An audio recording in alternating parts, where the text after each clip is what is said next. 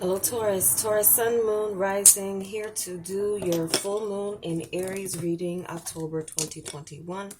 I've already shuffled and meditated on Taurus. Just going to cut them here on camera for you. For those of you who are new, this is the Enchanted Map Oracle deck by Colette Barn Reed. We'll be clarifying with the Tarot of the Moors.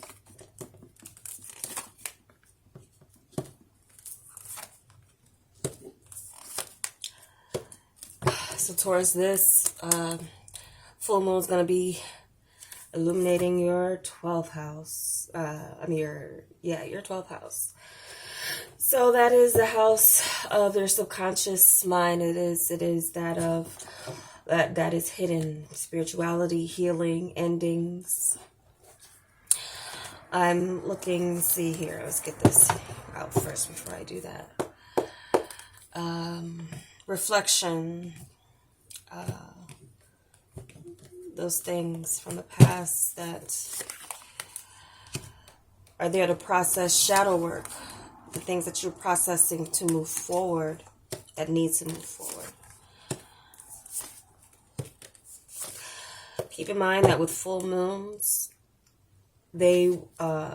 timing will be different for everyone as far as what is going to be shown here. But the effects of a full moon can last to 6 months, and what it's bringing to culmination could be something from last month to last year to the last century to the last decade, to whatever. Time is fluid. So what we have for the bottom of these decks here. Okay. So we have Sad Embrace for the Oracle cards and Ace of Discs for the Tarot. I feel that there's something having to do with like loss of opportunity, loss of feeling like you've been put or shut out of some prosperity or the beginning of this here, or this land or this gift, or that you have been cut out of a gift or something that has been owed to you. There's someone in the heavenly realm who's sad about what was done with a seed. There was supposed to be a seed, or there's seed that was planted, but something wasn't right, or something was mishandled, or there was some type of misusage of something valuable. That's the that's the underlying energy there. Someone in heaven is not happy. Let's get into it. So in the recent past, we have Golden Palace with the star. So recent past, this is coming from a place of wealth, bountiful richness, health, family. This is a lineage. This is royalty. This is a past time of abundance. Golden Palace. Some of you, and then we have the star. So some of you could come from a royal line, a royal bloodline that has been buried or hidden, or it was so long ago, and different dynasties change things, people get conquered, and it's always, what is it always about? The wealth, the value of the land that the people live on, greed.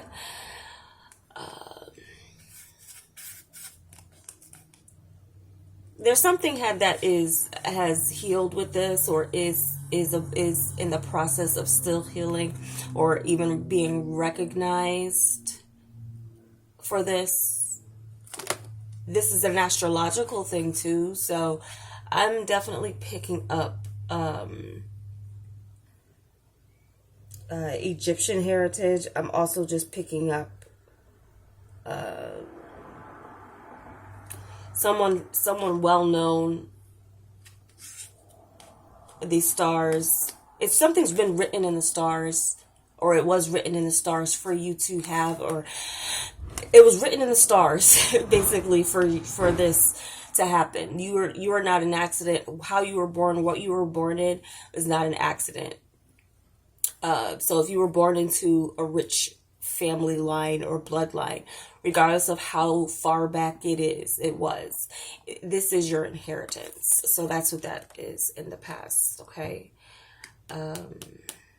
Aquarius, the age of Aquarius began as well too. So that could be something that is significant in the form of there being this wealth of knowledge and information that brings about change. Uranus is changes things into the new age. So that could also be the fact that things changed in as far as like in the old paradigm, everyone pretty much had to, you had your options for school and education and success and whatnot, but then the internet opened up and everybody was able to make money from home and do, so that's possible. Some of you I could be reading for some influencers.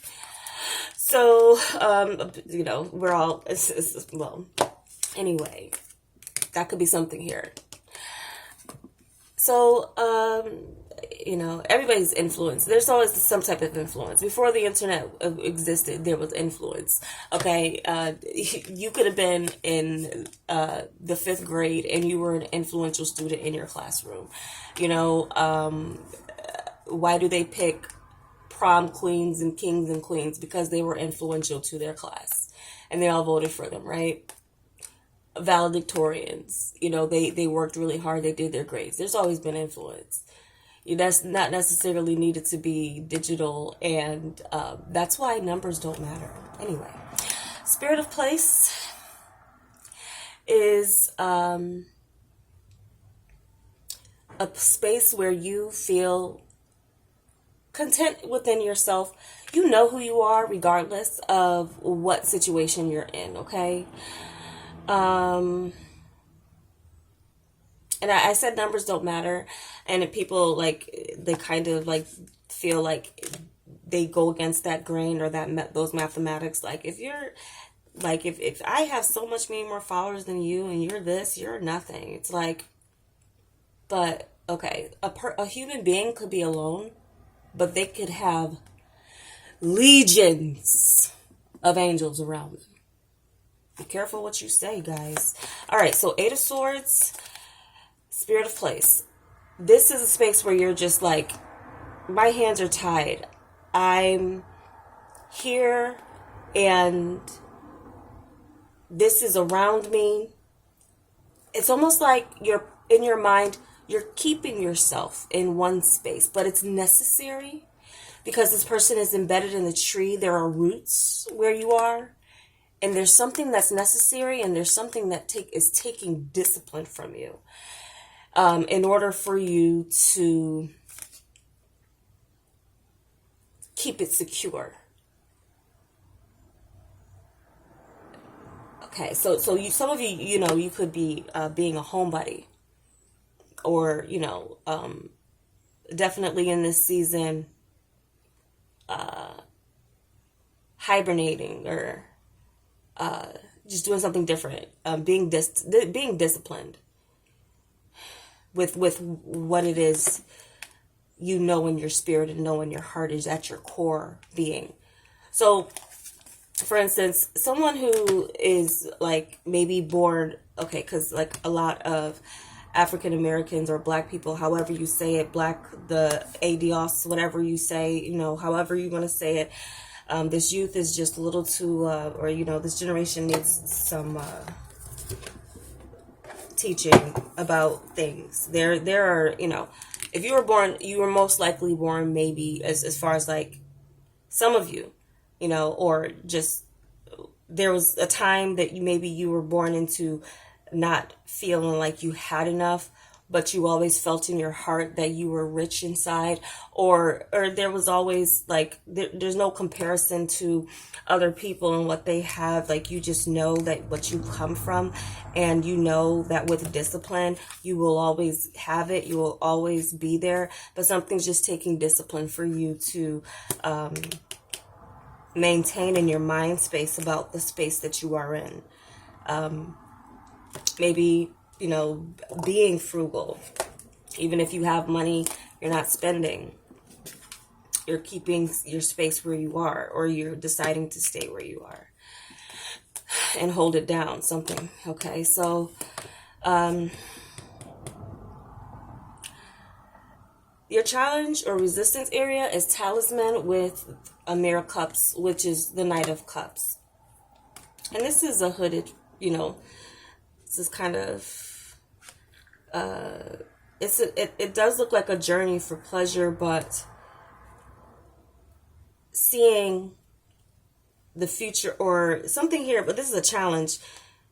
Someone's maybe using their power or not, or there's a powerful person that you can't see, or you can't see where they're going or what they're doing, but you may be wanting to offer this person something, but their back is turned to you.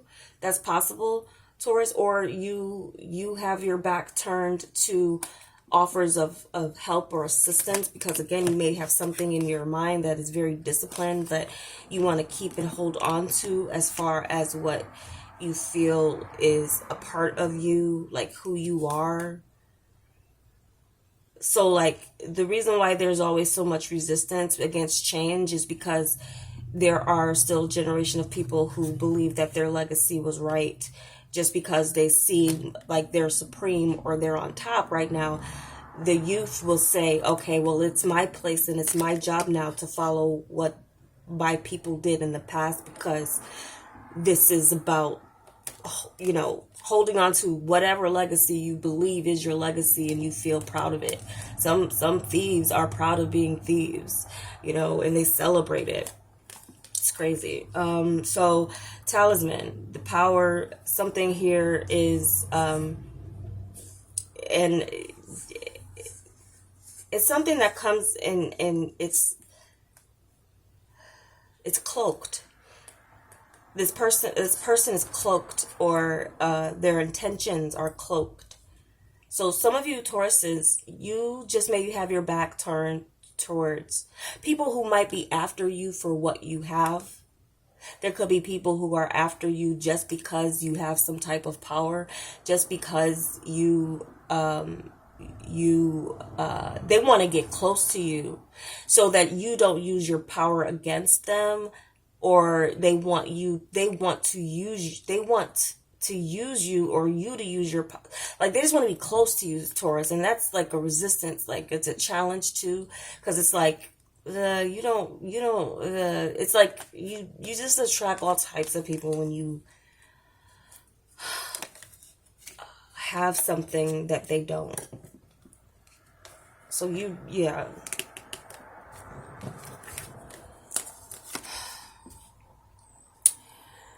All right, so what's the unexpected help? Magical map, shifter. Okay. Ooh, change. Definitely big change. And this is the last, this is the very last card in this deck. And it's almost like, I would liken it to the world in tarot. Something here, the old world is complete, and now a new world will begin, but there's pain and there's loss in this new world, it seems. 7, 5 and 2, 7. So like, there could be this separation that is going to happen, or going on, but it's a help for you, because there's some pain. Also, feeling your pain and allowing it to bleed through. Because sometimes, you could be in a Two of Swords energy for a while and not be sure how you do feel or how you should feel. You could be going back and forth, or you just could be in the middle and you could be blind to the situation. This is also a person who has they're blindfolded, but they just know that what they have to do is use their power to change the situation. So a magical map shifter is like it changes a map. Like even like we had Pangea before it separated, and then the maps changed, and then there was also this kind of theory that the people who created maps did not put every place. Like there are hidden lands and hidden islands and things like that.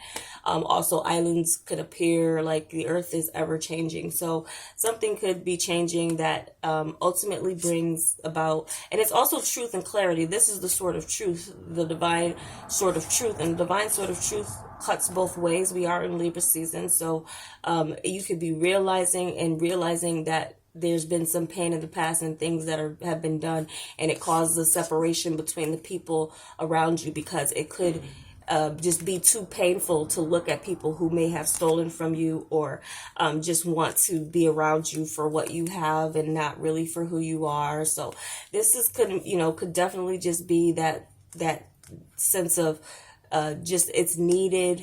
The Three of Swords could also be the Holy Trinity, the Father, the Son, and the Holy Spirit cuts through, and there can be a cleansing of the cleansing. It's a cleansing energy. So don't always look at it like, I don't see the Three of Swords as bad. Sometimes I see it as like, this is a help.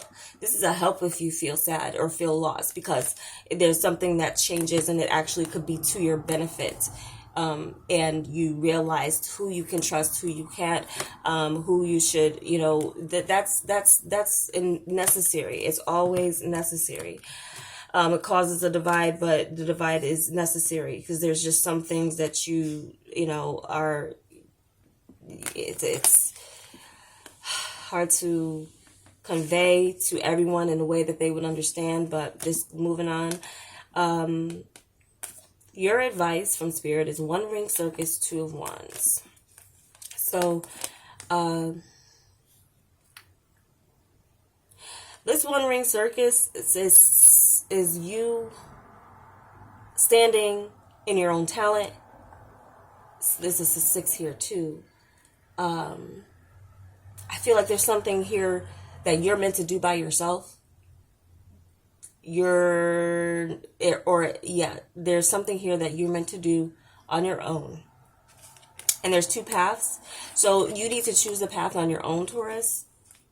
If you are to get to a space where you are intuitively guided, spiritually guided to where you go. Because I feel like, this situation with this Eight of Swords energy and Spirit of Place, this maybe, with these cards and this reading, it may be necessary for you to stay in one space at this time.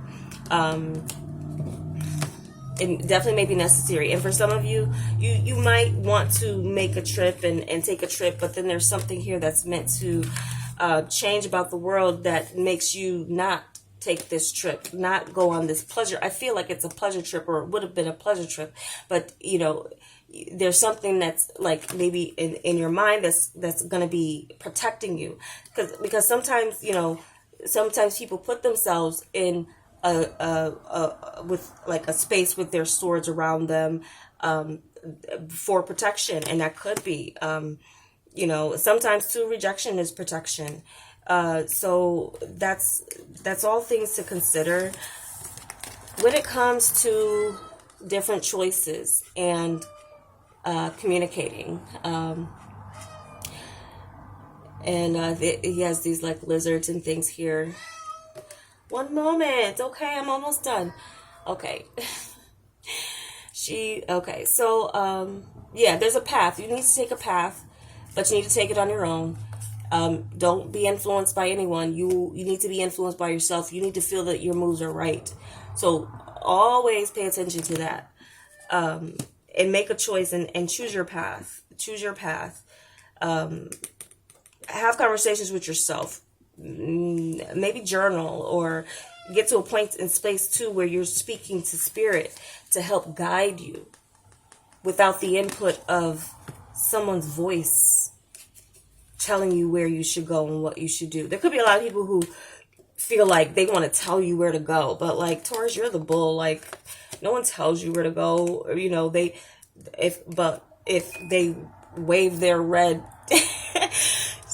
If the bull sees red, you know what happens. So that could also be a lot of like waving the flag, and that, so if that comes to that and you get that, there's a reason for that. So you mess with the bull, you get the horns, right? Magic prayer and the aesthetic is where things are headed. So I feel like with this, the outcome is going to be changed because of a specific request and desire for you, by maybe even recognizing, because some of you too, with the two, when it's the Two of Swords, you might not even know what to pray for. You might not even know what you want Spirit to do. All you know is that you want Spirit to move. Well, Spirit is moving. That's a help to you. It might feel painful, but then you will heal. Okay, so then at the end here with the ascetic, the Hanged Man, then there's like the world, like your viewpoint. You come to this enlightenment where you are standing out in this position that no one can make you move until you're ready to move. Okay. It also could be something of a necessary sacrifice of because the Hangman is also in a sense Christ consciousness. And I feel like many of you Tauruses are going to be getting into that a lot more, meditation, and also just getting to that space where it's divine in the way that where you need to make a change, Taurus.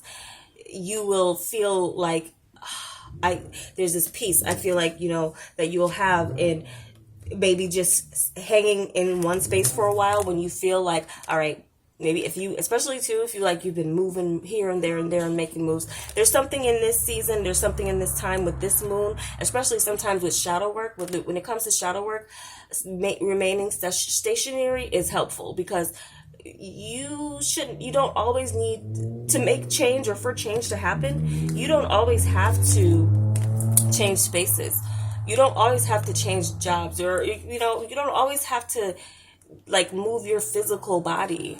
Sometimes you being in the right space at the right time will change the world around you. Did you get that? Sometimes the space that you're in, you are going to be the one that changes and brings things back into some type of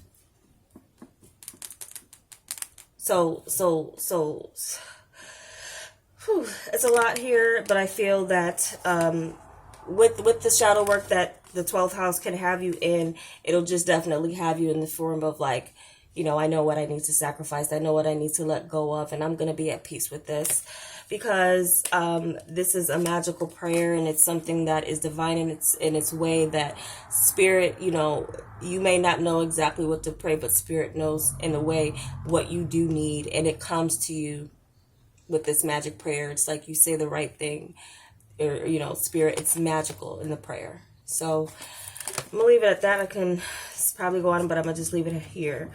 So thank you. I hope it was helpful for you, and take care.